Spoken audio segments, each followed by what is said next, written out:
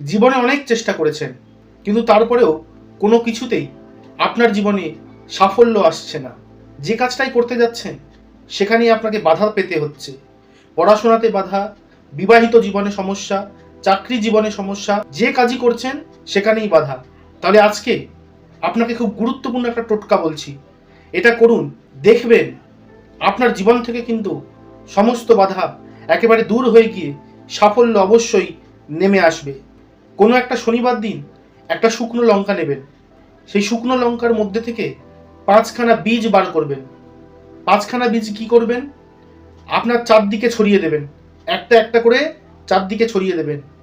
বাকি আর 1খানা বীজ আপনার মাথার উপর ফেলে দেবেন। তারপর হাত জোড়ো করে প্রণাম করে নিজের মনস্কামনা জানাবেন। দেখবেন জীবনে কিন্তু আপনার অবশ্যই সাফল্য নেমে আসবে, সমস্ত বাধা একেবারে নির্মূল হয়ে যাবে।